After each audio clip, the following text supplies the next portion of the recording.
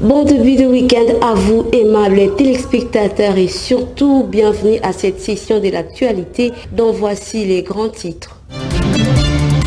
La Cour constitutionnelle a entamé ce vendredi l'examen du contentieux des candidatures à la présidentielle. Sur les 12 requêtes reçues, les seules candidatures de Félix Tshisekedi et Moïse Katumbi font l'objet des contestations. Au Parlement, la Commission économique financière chargée du contrôle budgétaire de l'Assemblée nationale a présenté la nouvelle configuration du budget de l'État pour l'exercice 2024. Mesdames et messieurs, bienvenue dans ce journal. À la Cité de l'Union africaine, le chef de l'État Félix Antoine Tshisekedi Tshilombo s'est entretenu avec l'homme politique français de la gauche, Jean-Luc Mélenchon, qui a exprimé sa fraternité à la RDC, victime des actions de l'armée rwandaise qui cherche à déstabiliser le processus électoral en RDC. Suivez. Nous avons eu en effet l'honneur d'être reçus, la délégation qui m'accompagne et moi-même, les 3 députés français, Monsieur Le Gall, Madame Abomongoli et Monsieur Bilongo, qui sont membres de la Commission des Affaires étrangères de la République française, et pour ce qui concerne les 3 députés, signataires d'une proposition de résolution devant le Parlement français qui condamne les intrusions et les exactions qui sont faites par votre voisin, le Rwanda, ici sur le territoire de la République démocratique du Congo. Le président nous a fait l'honneur de nous recevoir 1 heure durant. Il nous a présenté la vision la plus complète qui soit de la situation, et il savait que nous sommes ici comme des amis, agissant dans le cadre d'une mission pour les parlementaires. Je ne le suis plus, les parlementaires, qui ont l'intention, de retour en France, de reprendre leurs interventions pour que leurs propositions de résolution soient présentées devant l'Assemblée nationale française. Déjà, le Parlement européen s'est prononcé sur une position favorable à la RDC et pointant la responsabilité du Rwanda. Quant à moi, à cet instant, puisque je suis venu invité par une université pour me présenter devant la jeunesse de votre pays, j'ai voulu réaffirmer la fraternité qu'est la nôtre à l'égard du peuple congolais dans un moment où nous savons qu'il rencontre une difficulté qui est totalement importée, dans laquelle il n'a aucune responsabilité puisque pour sa part, il a respecté les engagements de cessez-le-feu qui avaient été pris. Et donc, la République démocratique du Congo est dans la situation d'un partenaire loyal et d'un ami, et il était temps de rappeler la fraternité qui nous anime et la condamnation des agissements qui perturbent la vie démocratique de ce pays, puisque la reprise des activités militaires d'agression se déroule au moment où la République démocratique du Congo organise ses élections présidentielles, les élections les plus déterminantes pour lui. Alors on voit bien. Ce vendredi 27 octobre, la Cour constitutionnelle a amorcé l'examen du contentieux de candidature à la présidentielle de décembre. Sur les 12 requêtes reçues par les greffes électorales, seules les candidatures du président de la République Félix Antoine Tshisekedi Tshilombo et l'opposant Moïse Katumbi font l'objet des contestations, tandis que les autres sont déposées à la Commission électorale nationale indépendante. Voici ce commentaire de Ruth Mboua. Ce vendredi 27 octobre, la Cour constitutionnelle a procédé à l'examen du contentieux de candidature à la présidentielle de décembre prochain. Soulignons que, sur 12 requêtes reçues par le greffe électoral, seules 2 candidatures font l'objet des contestations, à savoir la candidature de Félix Tshisekedi et celle de Moïse Katumbi. Rappelons que cette haute cour disposait ainsi de 7 jours à partir de la publication de listes provisoires de candidatures à l'élection présidentielle pour statuer sur les dites contentieux. C'est le 18 novembre prochain qu'est prévue la publication de la liste définitive des candidats à ces scrutins, soit un jour avant le début de la campagne électorale. Parmi les requérants figure le candidat Seth Kikouni par l'entremise de son avocat qui demande à la Cour d'invalider la candidature de Félix Tshisekedi pour défaut de qualité.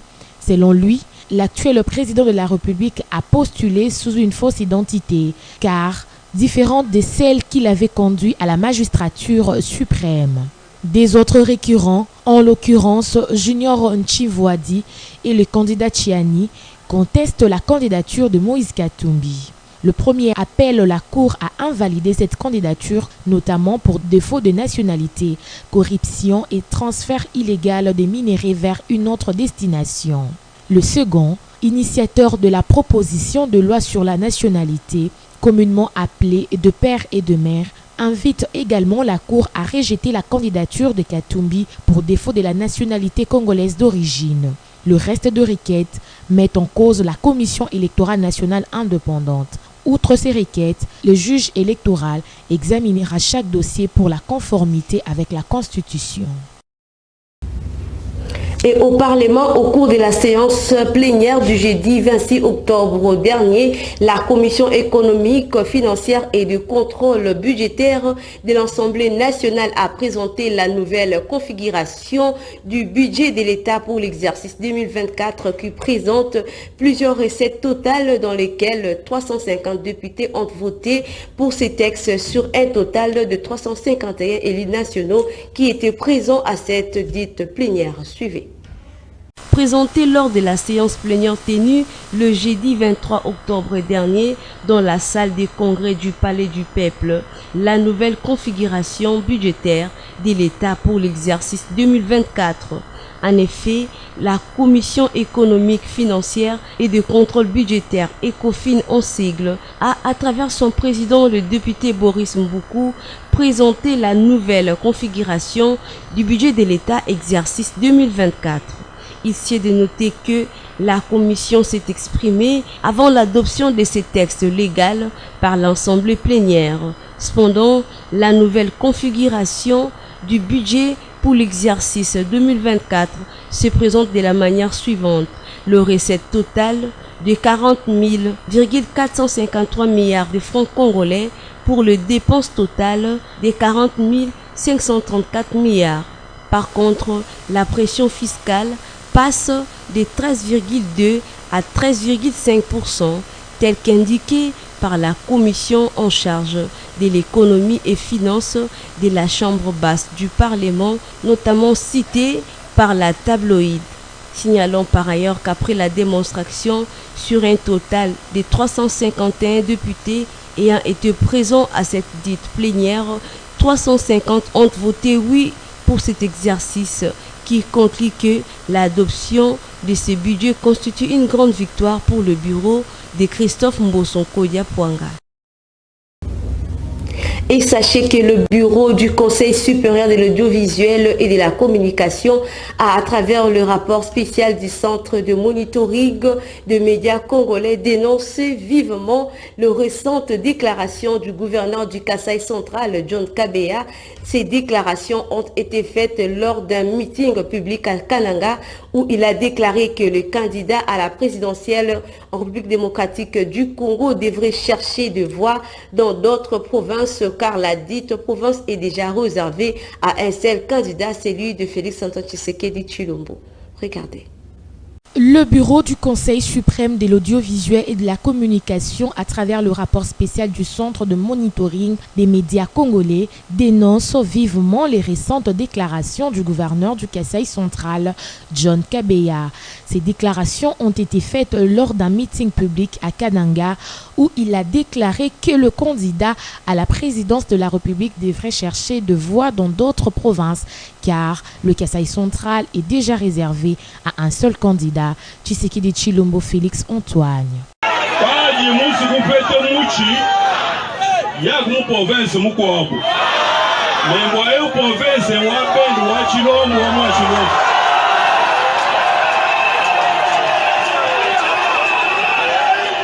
Les CESAC qualifient ces propos de rappelant une période sombre de l'histoire du pays caractérisée par un parti unique et les considèrent comme incitant à la haine tribalo-régionaliste, à l'exclusion et à la discrimination. Dans une démocratie, de tels discours sont jugés inadmissibles. Le Conseil supérieur de l'audiovisuel et de la communication appelle tous les médias de la République démocratique du Congo à ne pas diffuser ce qu'il qualifie de discours de la honte. Il exige publiquement du gouverneur du Kasaï central qu'il corrige ses déclarations et met en garde les autres acteurs politiques contre le risque de sanctions sévères s'ils succombent à la tentation de propager un discours de haine. Le CESAC souligne l'importance d'une campagne électorale pacifique et véritablement démocratique et rappelle à tous les médias l'obligation de respecter les dispositions de sa directive du 21 juin 2023 sur la couverture de la campagne électorale à travers le média.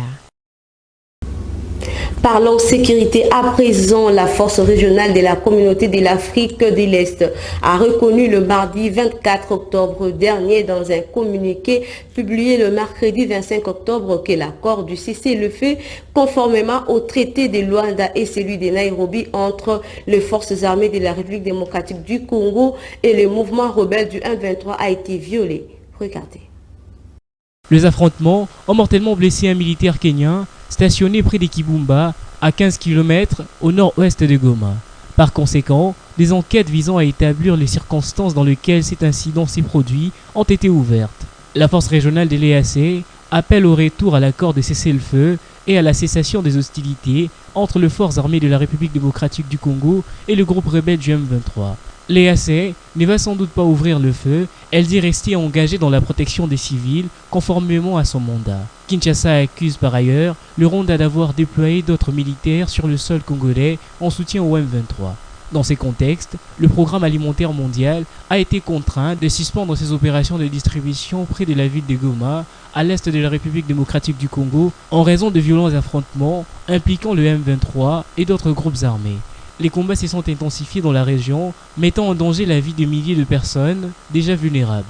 D'autre part, le Médecins sans frontières a rapporté que le combat survenu le lundi 23 octobre dernier s'est déroulé à proximité du centre de santé de Kanyaruchinya, contraignant certains patients hospitalisés à fuir pour échapper aux violences et aux tirs d'obus.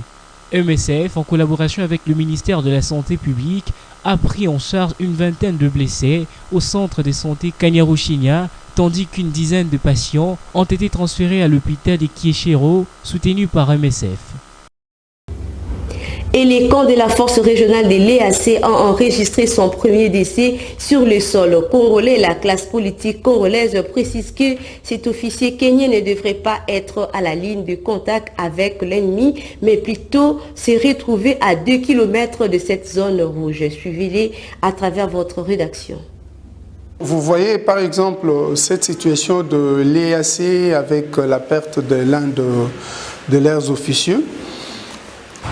Nous pousse à suspecter certaines choses. Comme d'aucuns peuvent l'imaginer, un colonel, dans une situation normale, il peut commander une brigade. Sinon, à la limite, un bataillon. Et le commandant d'un bataillon engagé dans les hostilités, il se trouve à plus de 2 km de la ligne qu'on appelle la ligne de contact avec l'ennemi. Mais il s'est fait que cet officier supérieur d'une armée amie, parce que eux se trouvent être les alliés de FARDC. En tant qu'alliés, il y a ce que nous appelons la courroie de la guerre. Il y a devant l'adversaire, il y a latéral droit et latéral gauche, les amis, et il y a derrière les alliés. Lui, en tant que faisant partie d'un groupe allié, il ne devait pas être à la ligne de contact avec l'ennemi. Et l'inspecteur général de finances était face aux étudiants de l'Université libre de Bruxelles. C'était au cours d'une conférence débat des 2 jours, soit du 26 au 27 octobre. Question pour les gendarmes financiers de présenter ses stratégies, ses actions et résultats récoltés par son instance dont on parle de plus en plus en bien depuis qu'elle a été remise sur les rails par le chef de l'État, Félix-Antoine Tshisekedi Tshilombo. Voici ces détails de Patrick John Mukegeshaï. Il était question pour Gilles Alinguete, à travers cette conférence débat, de mettre en lumière les efforts de la République démocratique du Congo sous l'impulsion du chef de l'État, Félix-Antoine Tshisekedi Tshilombo. Depuis 2019, l'IGF a fait l'état de lieu de la corruption dans la gestion publique, caractérisée par l'incivisme fiscal généralisé, le recours abusif aux exonérations fiscales, douanières et parafiscales. Au cours de cette même conférence débat, le patron de l'IGF a vanté le bienfait de la lutte contre la prévarication et le détournement des deniers publics soutenus par le chef de l'État, Félix-Antoine Tshisekedi Tshilombo. Le conférencier du jour a indiqué que si vous aimez la République démocratique du Congo aujourd'hui, le pouvoir en place, incarné par le président de la République démocratique du Congo, a au moins cette volonté de laisser évaluer le travail de la lutte contre la corruption, a-t-il dit aux étudiants congolais de la diaspora. Au cours de cette même conférence débat, différentes thématiques ont été exploitées par les ambassadeurs, les sénateurs ainsi que d'autres personnalités. Dans un autre chapitre, le question consacrée aux hydrocarbures en RDC. Parlons-en. Le gouvernement congolais a revu à la hausse le prix du carburant. Désormais, 1 litre d'essence coûtera 3 970 francs congolais, équivalent de 1,58 $ dans la partie orientale de la RDC, alors qu'à l'ouest, il est fixé à 3 225 francs, équivalent de 1,29 $. Cette décision intervient après le refus de pétroliers de commercialiser le carburant, se disant de travailler en perte. Le commentaire est signé Lydia Kandolo. Les litres d'essence coûtera désormais 3 970 francs congolais, équivalent de 1,58 $ dans la partie est du pays, alors qu'à l'ouest, il est fixé à 3 225 francs congolais, équivalent de 1,29 $ américains. C'est une nouvelle structure des prix des carburants en guise de réponse du gouvernement de la République démocratique du Congo aux entreprises pétrolières en grève dans le pays. Les opérateurs économiques du secteur pétrolier dans le Nord Kivu, Sud Kivu et le Haut-Katanga avaient déclenché un mouvement de grève vendredi dernier. De 3 000 francs, les litres s'est négocié jusqu'à 8 000 francs à Bukavu. Sur place, les pétroliers refusaient de commercialiser les carburants et disaient travailler à perte. Ils réclamaient un réagissement à la hausse de la structure officielle de prix. Cette nouvelle structure de prix à la pompe, signée par le ministre de l'économie nationale Vital Kamerhe, est la condition principale posée par les pétroliers de la partie Est avant de rouvrir les stations et entreprendre l'importation de nouveaux stocks de produits. Selon les témoignages de membres de la société civile, l'ensemble des stations-service de la ville de Bukavu sont fermées en raison de la rupture des stocks. Seuls les revendeurs, communément appelés Kadhafi, détiennent encore une certaine quantité dans leur stock. La même situation est vécue également à Lubumbashi, au Haut-Katanga, où certaines stations-service ont revu à la hausse les prix du litre de l'essence. Ces derniers se vendent jusqu'à 7 000 francs. Il tient à signaler également que la circulation des engins dans la ville a diminué. Autre chose à présent, la remise et reprise entre l'intersyndicale de l'administration publique au Palais du Peuple ce vendredi 27 octobre au bâtisse de cette institution de l'État entre SIRAP et l'Union des syndicats du Congo. Les patrons de la nouvelle équipe dirigeante, Denis Bokele et son équipe seront investis dans le tout prochain jour. Images et commentaires de ces reportages signés par Espoir Kinavedi. C'est en présence des cadres et agents de l'administration du Palais du Peuple que s'est déroulée la cérémonie de la remise et reprise de l'intersyndicale du Temple de la démocratie entre l'ancien comité dirigé par SURAP et la nouvelle équipe syndicale Union des syndicats du Congo avec à sa tête Maître Denis Bokele. Cette séance de prise du pouvoir a été présidée par M. Massamba, représentant du chef du personnel du Palais du Peuple, sous l'œil vigilant de Hervé Bansimba, permanent de l'IEC, ainsi que du secrétaire général adjoint de l'Union des syndicats du Congo, Albert Machika, qui a prêché la paix entre les deux parties. Tu sors, tu gardes quoi encore? Rien. Remettez les tout à celui qui prend la fonction. Voilà, je vous remercie. Nous, on privilège la paix. Les dialogues paix permanents. Après la lecture du procès verbal, la délégation syndicale sortante et entrant a procédé à la remise des documents du travail conclus par la signature pour être certifiés. Fin de cette séance, le secrétaire général adjoint de l'IEC s'est livré à la presse. Touti na esika ya kozwa mikanda ya bosaleli na maye mazalaki liboso. Po biso tokota koyingela mosala ebongi toza yango on appelle remise et reprise. Yango André Mabwisha alobi kende zwa esika bocha e biloko nyonso maye masengeli. Tozali kobelela sasa ipi na parler du peuple o tozali Tozi ITPR, Tozi Sénat, Tozi l'Assemblée nationale. Baye nyonso baza po na comité syndical ya de base ya IEC. Tomilengeli po na koza bokonzi po ete biso tosala o maye chef de l'État sengi. Selon la Constitution et lobby, le syndicalisme c'est l'organisme qui accompagne le chef de l'État aux actions sociales. C'est dans un climat de paix que s'est clôturée cette brève cérémonie. À Kinshasa, dans les secteurs des transports en commun, la Direction générale des recettes, DGRK en sigle, a publié un communiqué officiel annonçant le début imminent d'une campagne de recouvrement forcé des taxes sur le véhicule dans la prolongation de la période de recouvrement volontaire qui avait donné l'opportunité aux propriétaires de véhicules de se mettre à jour sur leurs obligations. Suivez.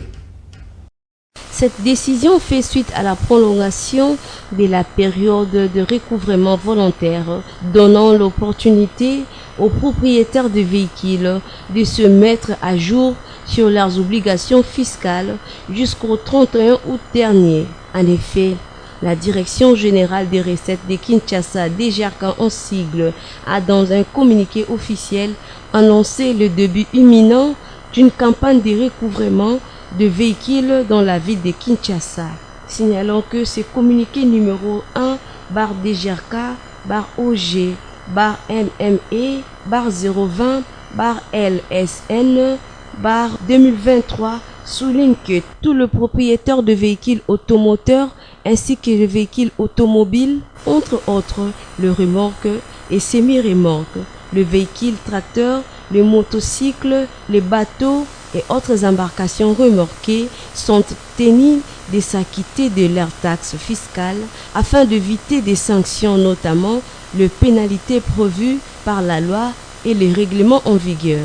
Il s'y est de noter que cette dite campagne de recouvrement forcé a débuté ce vendredi 27 octobre 2023 et sera étendue sur l'ensemble du territoire de la ville de Kinshasa. Cependant, la DGRK insiste sur l'importance du respect des dispositions légales et réglementaires en matière de paiement des taxes sur le véhicule. Par ailleurs, elle précise que le non-paiement ou le retard pourront entraîner des sanctions financières qui sera désagréable pour le propriétaire concerné par cette mesure. Changeons de registre pour évoquer cette fois-ci les questions sportives en RDC. Le tout-puissant Mazembe quitte la première édition de la compétition africaine football en terre tunisien sur la note de 3 buts contre 0. Espoir Kinavoudi nous fait le point.